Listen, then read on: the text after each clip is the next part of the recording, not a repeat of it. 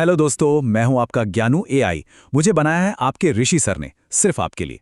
आज हम चर्चा करेंगे हिंदी की नई पाठ्यपुस्तक गंगा के अध्याय 2 की, जिसका नाम है क्या लिखूं।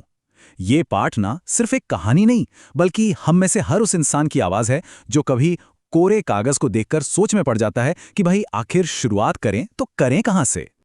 कभी हुआ है ऐसा कि सामने कोरा कागज हो और दिमाग एकदम खाली। पता है कि लिखने को बहुत कुछ है, पर पहला शब्द क्या हो यह समझ ही नहीं आता।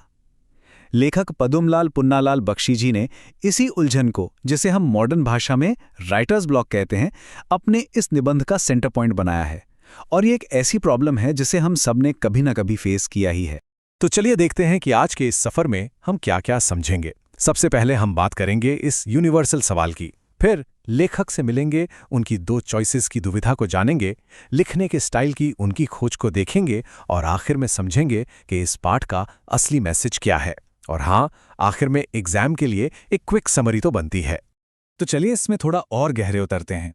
देखिए, ये चैप्टर असल में उस क्रिएटिव प्रोसेस को समझने की एक कोशिश है। यह हमें दिखाता है कि जब किसी राइटर को कुछ लिखने का काम मिलता है तो उसके मन के अंदर क्या उथल-पुथल मचती है। ये सिर्फ लिखने की नहीं, बल्कि सोचने और महसूस करने की कहानी है। तो भाई, लेखक की दुविधा को समझने से पहले ये तो जान लें कि इस कमाल के निबंध के पीछे का ब्रिलियंट माइंड आखिर है किसका। चलिए मिलते हैं इसके लेखक से। तो ये हैं पदुमलाल पुन्नालाल बख्शी जी, जिनका जीवन काल 1894 से 1971 तक रहा। बख्शी जी हिंदी साहित्य के एक बहुत ही माने हुए लेखक थे, जिन्होंने अपनी कलम से उस दौर के लिटरेचर को एक नई और मैं कहूँगा एक आसान राह दिखाई। आप ये समझिए कि बख्शी जी सिर्फ एक निबंधकार नहीं थे, वो एक कुशल आलोचक थे, एक बेहतरीन व्यंग्यकार और एक गहरे विचारक भी थे। और उनकी सबसे बड़ी ताकत, उनकी एकदम सीधी सरल भाषा। वो बड़ी से बड़ी और गहरी से गहरी बात को भी इतने आसान शब्दों में कह देते थे कि पढ़ने वाला उनसे सीधा कनेक्ट कर जाता था। अब आते हैं इस निबंध के दिल पर, यानी उस सबसे बड़ी दुविधा पर। लेखक को एक निबंध लिखने का काम मिला है और उनके सामने हैं 2 टॉपिक्स, और यहीं से उनकी असली उलझन शुरू होती है। स्क्रीन पर देखिए, ये हैं वो 2 ऑप्शंस। पहला है दूर के ढोल सुहावने होते हैं, एकदम फिलॉसफिकल, एक कहावत पर आधारित। और दूसरा टॉपिक है समाज सुधार, एक बहुत ही गंभीर और सामाजिक मुद्दा।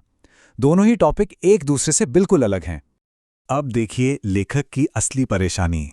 एक तरफ है दूर के ढोल सुहावने, इस पर कोई 4-5 पेज भरे तो कैसे भरे, है ना मुश्किल। और दूसरी तरफ है समाज सुधार। अरे बाप रे, इतना बड़ा और सीरियस टॉपिक, इस टॉपिक की गहराई के साथ इंसाफ कैसे किया जाए, ये अपने आप में एक बहुत बड़ी चुनौती है। तो एक टॉपिक बहुत छोटा लग रहा है और दूसरा बहुत बड़ा। ओके, तो टॉपिक की टेंशन तो है ही, पर कहानी यहीं खत्म नहीं होती। एक और बड़ी उलझन है, और वो है लिखने के स्टाइल की। लेखक सिर्फ ये नहीं सोच रहे कि क्या लिखें, वो ये भी सोच रहे हैं कि कैसे लिखें। उनके सामने ना 2 रास्ते हैं। एक तो है हमारी पुरानी प्राचीन भारतीय शैली। सोचिए, जैसे संस्कृत के महान लेखक बाणभट्ट लिखते थे, एकदम अलंकृत, भारी भरकम। और दूसरा रास्ता है एकदम मॉडर्न, जैसे उस जमाने के इंग्लिश एसेइस्ट लिखते थे, बिल्कुल पर्सनल, दिल से। अब इन दोनों स्टाइल्स में ना जमीन आसमान का फर्क है दोस्तों। प्राचीन स्टाइल कैसा है? कॉम्प्लेक्स, सजावटी, इम्पर्सनल, मतलब लेखक खुद पीछे रहता है, अपनी भावनाएं सीधे सीधे नहीं दिखाता। और मॉडर्न स्टाइल, अरे वो तो लेखक के मन का आईना है, एकदम पर्सनल, दिल के करीब, जिसमें लेखक के विचार खुलकर सामने आते हैं। तो विषय और स्टाइल की इस उधेड़-बुन के बाद लेखक एक बहुत बहुत ही जरूरी नतीजे पर पहुंचते हैं। और यकीन मानिए, यही इस पूरे निबंध का असली सार है, इसका कोर मैसेज है। तो मतलब क्या हुआ? मतलब ये कि अच्छा लिखना किसी भारी भरकम टॉपिक या मुश्किल स्टाइल का मोहताज नहीं है। अरे सबसे बेहतरीन निबंध तो तब लिखे जाते हैं जब ज्ञान और यादें आपकी पर्सनैलिटी का, आपकी आत्मा का हिस्सा बन जाएं। जब लेखक दिमाग से नहीं, अपने अंदर से लिखता है, तभी सच्चा साहित्य जन्म लेता है। ये माइंड मैप देखिए, ये इसी बात को कितनी खूबसूरती से समझा रहा है कि लिखना सिर्फ टॉपिक चुनना नहीं है, इसके साथ आपकी प्रेरणा, आपका स्टाइल, आपके विचार सब जुड़े हैं। और जब ये सब आपकी अपनी सोच और अनुभव से मिलते हैं ना, तब जाकर असली राइटिंग होती है। तो आखिर में हम क्या समझे? सीधी सी बात है, आपका लेखन आपसे अलग नहीं है। वो आपके व्यक्तित्व का, आपकी आत्मा का एक अक्स है, एक आईना। जो आप हैं वही आपका लेखन है। चलिए अब फटाफट से एग्जाम के लिए जो सबसे जरूरी पॉइंट्स हैं उन्हें रिवाइज कर लेते हैं ताकि सब कुछ एकदम क्रिस्टल क्लियर हो जाए। तो बस 3 मेन बातें याद रखनी हैं। पहली, लेखक की दुविधा, जो असल में हम सबकी दुविधा है, टॉपिक क्या चुनें। दूसरी, स्टाइल का कंफ्यूजन, भारी भरकम फॉर्मल लिखें या फिर पर्सनल और दिल से लिखें। और तीसरी और सबसे जरूरी, इसका सल्यूशन, असली लेखन दिखावे से नहीं, दिल से होता है।